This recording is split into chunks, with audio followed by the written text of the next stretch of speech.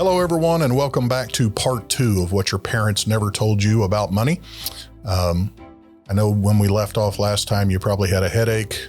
We had gone through a lot of points, but hopefully we can knock out the rest of these and hopefully you find them helpful to your retirement journey. So the first one we'll cover, this is actually point 7 of our two-part series. And it's really the old rule of, nice people don't discuss their salaries. Well, I would say this is kind of an insidious rule that was passed down. The idea that money is private, even shameful to a degree. And there are situations where I would probably maybe agree with this topic, but that silence, while perhaps intended to be polite, can cost women, for example, hundreds of thousands of dollars over a career, with some estimates for women of color especially reaching over $1 million. So think about that. Millions lost simply because we were told it was rude to ask for more money or even about money. Your parents' generation often traded transparency for comfort, and employers, frankly, love that. Okay. It allowed them to maintain wage gaps in many cases and keep employees in the dark about maybe what their true market value was. And it perpetuated a system where financial literacy was kind of kept behind a veil, making it harder for individuals to advocate for themselves. So, and I'll say this too, as a business owner, obviously a business's goal is to make a profit, right? But at the same time, if you're not taking care of your employees and if you're not providing a life for them that maybe you would want for yourself when you were in their position, what does that say about your character? What does it say about your integrity as a business owner? You take care of your people will take care of you.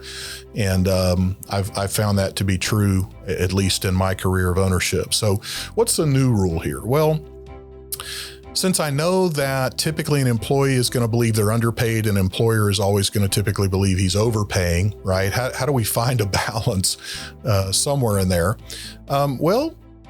Schedule some quarterly money dates, right? With your partner, your parents, even your kids. It's not about necessarily being nosy. It's about empowerment. It's about education. Share the salary bands with people that you're comfortable with. Trying to get an idea of kind of where you are versus where the industry should be, maybe even talk to professionals in that regard. Don't be afraid to discuss fee structures with your financial advisor. Our clients, we talk about that sort of stuff all the time. And celebrate investment wins with your family. Don't be afraid to talk about the fact that maybe you made a little bit of money.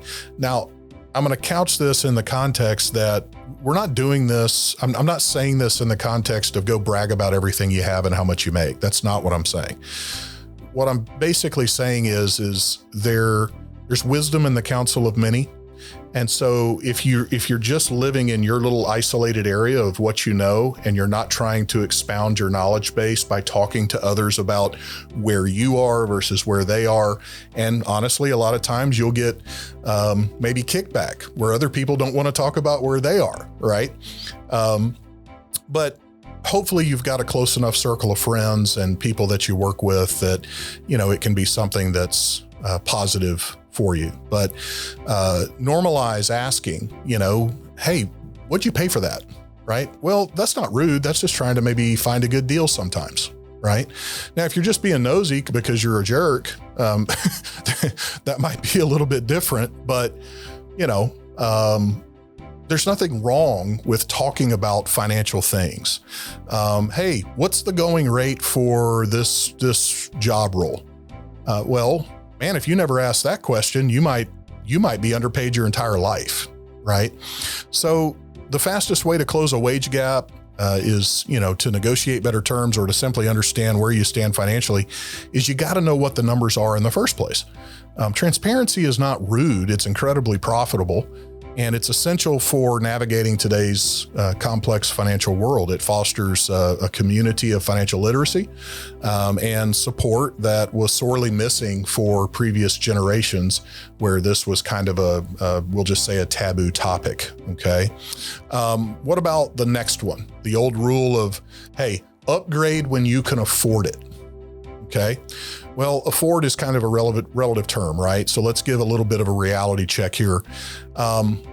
This rule would almost seem logical to a degree, but it often leads us down a path of never-ending consumption, which really is American culture and society. That's exactly what we are. We're a consumption culture.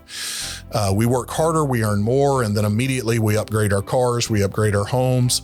I mean, a starter home today is $450,000. That was not a starter home when I was a young man. Not just because the prices were different, but I'm talking a starter home nowadays is 3,500 square feet in a really nice neighborhood. That's not a starter home. Okay.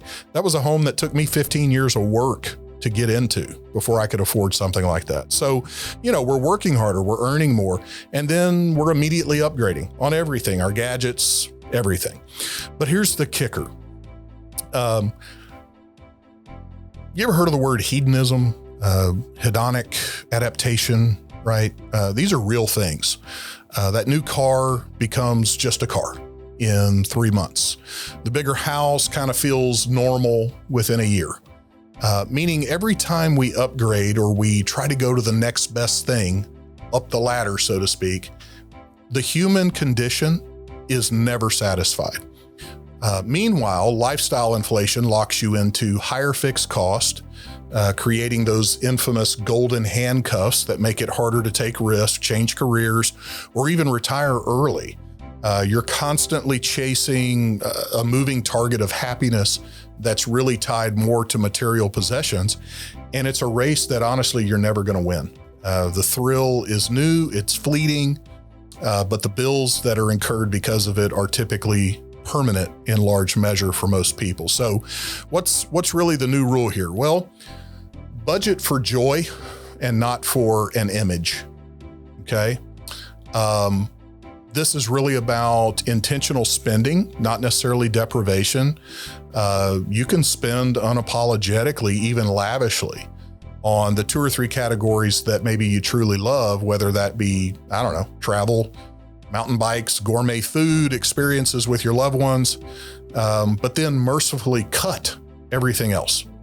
Be ruthless with the stuff that doesn't bring you genuine happiness. The goal is to keep your fixed costs under 50%, give or take, of your net income.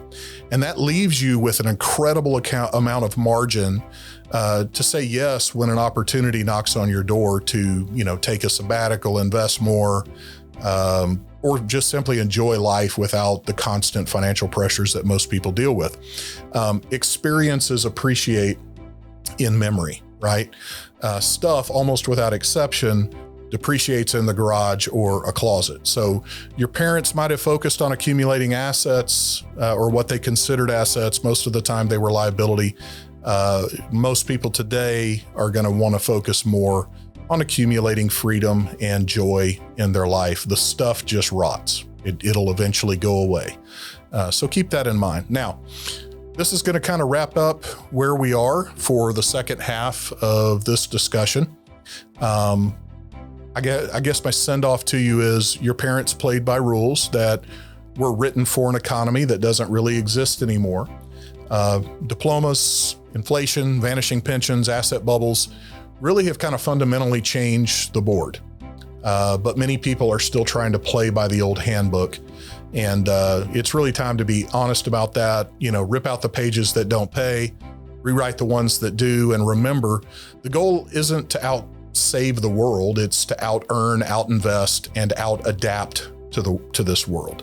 It's about building a financial life that truly serves you in the modern landscape. So drop your outdated financial script in the comments. Smash that subscribe button for me for weekly tactics that actually work, and start writing your own story of financial freedom. My name is Chris Wootton with Wootton Financial Group.